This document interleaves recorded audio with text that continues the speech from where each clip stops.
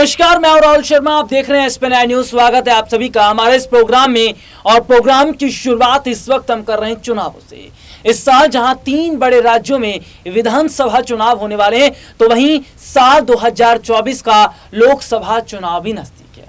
हालांकि इस साल के 3 बड़े राज्यों के चुनाव से यह तय हो जाएगा, ये पता चल जाएगा कि 2024 का चुनाव कौन जीतेगा। इस साल 3 बड़े राज्यों में चुनाव है, राजस्थान, मध्य प्रदेश और छत्तीसगढ़। लेकिन बात आज मध्य प्रदेश की करेंगे। मध्य प्रदेश में क्या ज्योतिरादित्य सिंधिया अगर कांग्रेस पार्टी की तरफ रुख करते हैं तो कांग्रेस की बहुमत के साथ सरकार बनना तय है।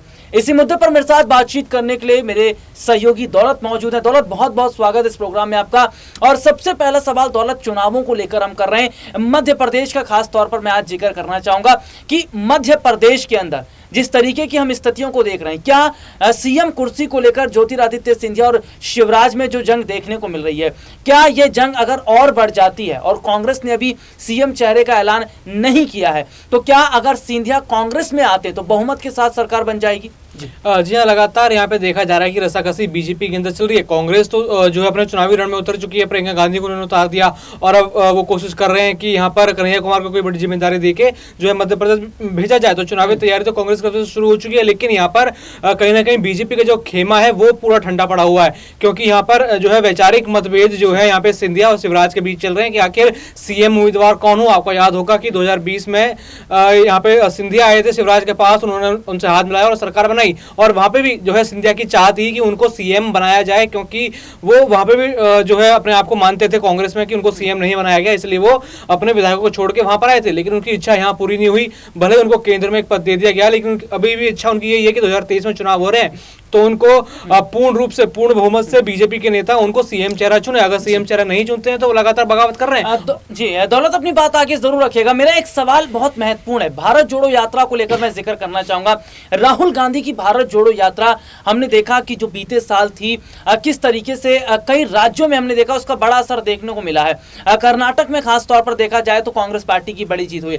राजस्थान और मध्य प्रदेश, इन दोनों राज्यों में क्या लग रहा है कि भारत जोड़ो यात्रा का असर देखने को मिलेगा? और असर देखने को मिलेगा तो ये 2 बड़े राज्य भी कांग्रेस आसानी से जीत जाएगी। जी देखिए, अभी तो जो पिछला इलेक्शन होता कर्नाटक में, उसका जोर करने की भारत जोड़ो यात्रा पर दिखा था और जो विजन लेके कांग्रेस चली थी, इस बार उन्होंने जो है अपीजमेंट, एक कम्युनिटी अपीजमेंट जो हमेशा कांग्रेस करती है वो नहीं की थी। यहाँ पे बीजेपी वो करती हुई दिखी, तो बीजेपी यहाँ पे हार गई और कर्नाटक में जो है एक बहुमत से और रिकॉर्ड तोड़ यहाँ पर सीट जो है कांग्रेस ने पाई है। तो देखा जाए तो कांग्रेस जो है सीधा सीधा एक लाइन पर आ रही है कि उन्हें किस तरह चुनाव लड़ना है, उनको क्या क्या करना है। और इसमें सबसे महत्वपूर्ण रणनीति जो है राहुल गांधी की बनती हुई नजर आ रही है। उनकी भारत जोड़ो यात्रा ने जो असर छोड़ा है वो कर्नाटक में उसका फल मिला, और मध्य प्रदेश में भी कहना है कि उनका फल मिलेगा। जब उनकी वो रैली वहां से उनकी यात्रा गुजरी थी तो बहुत सारा समर्थन आपने देखा होगा मध्य प्रदेश के कई नेताओं का, कई लोगों का, कई वहां की संस्थाएं थी, मतलब जनता का भी भरपूर समर्थन उनको मिला। तो देखा जा सकता है कि मध्य प्रदेश भी भारत जोड़ो यात्रा के बलबूते जो है वो निकालने।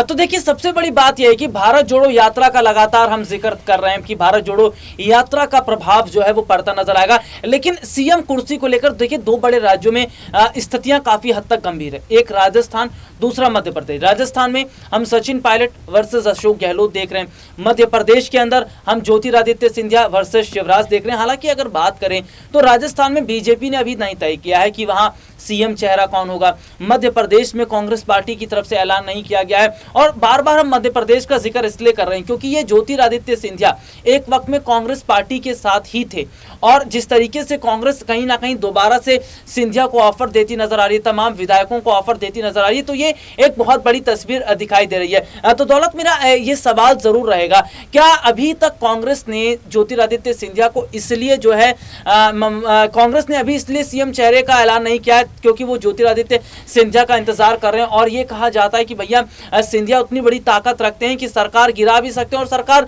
बना भी सकते हैं, क्योंकि जब कांग्रेस से अलग हुए अपने विधायकों को लेकर गए, कमलनाथ की सरकार गिर गई। दूसरी तरफ की तस्वीर को हम देखते हैं कि भैया सीधे सीधे तौर पर जो हालात देखने को मिले कि जो बीजेपी में चले गए तो शिवराज की सरकार बन गई। तो ज्योतिरादित्य सिंधिया की ताकत को क्या वाकई कांग्रेस पार्टी तो समझ रही है, लेकिन मामा जो अपने शिवराज सिंह चौहान है वो समझते नजर नहीं आ रहे। जी हाँ, बिल्कुल। कांग्रेस को तो उनकी ताकत बताइए कि उनकी ताकत क्या है, और वो कांग्रेस से हटे तो उनकी सरकार पूरी तरीके से बिखर गई। हाँ। लेकिन अब क्या देखा जा रहा है कि वही विधायक वापस कांग्रेस में धीरे धीरे करके जो है अपनी जो है सदस्यता ले रहे हैं, वापस कांग्रेस की तरफ जा रहे हैं, और सिंधिया अपनी आंखों से देख भी रहे हैं, उनको मुबारकबाद भी कर रहे हैं। लेकिन कहीं ना कहीं सिंधिया का भी मन में है कि अब उनकी जो इच्छा सीएम बनने की है वो वहां पर पूरी हो सकती है अगर वो कांग्रेस ज्वाइन कर लें तो।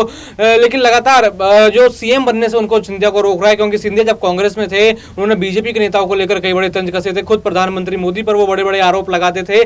तो कहीं ना कहीं बीजेपी के नेताओं के अंदर गुस्सा है कि पहले तो ये बड़ी जो है बड़े बोल बोलते थे, बहुत कुछ बीजेपी के खिलाफ बोलते थे, और अब बीजेपी ही नेताओं के ऊपर चढ़कर जो है सीएम बनना चाहते हैं। और भी वहां पे मध्य प्रदेश में ऐसे नेता हैं जो रखते हैं कि वो सीएम बने, तो उनके ऊपर चढ़ के आकर कैसे वो सीएम बन सकते हैं। तो लगातार यही यहाँ पर लग रहा है उन नेताओं को कि सिंधिया जो नए नए आ गए उनको कैसे सीएम बना दिया जाए। तो लगातार यहीं पे चटक रहा है कि शिवराज के साथ ही रहे कि यहाँ पे सिंधिया को अपना, क्योंकि सिंधिया तो इतनी ताकत रखते ही है कि वो सरकार बना और बिगाड़ सकते हैं, और कांग्रेस को पूरा इसका आभास है। दौलत, इस साल जो 3 बड़े राज्यों में चुनाव है, क्या इन चुनावों में अगर 2 राज्य भी कांग्रेस पार्टी जीत जाती है तो हम 2024 में फिर कांग्रेस पार्टी को कहां देख रहे हैं, या 2024 में फिर कांग्रेस पार्टी का रुख कहां दिखता नजर आएगा?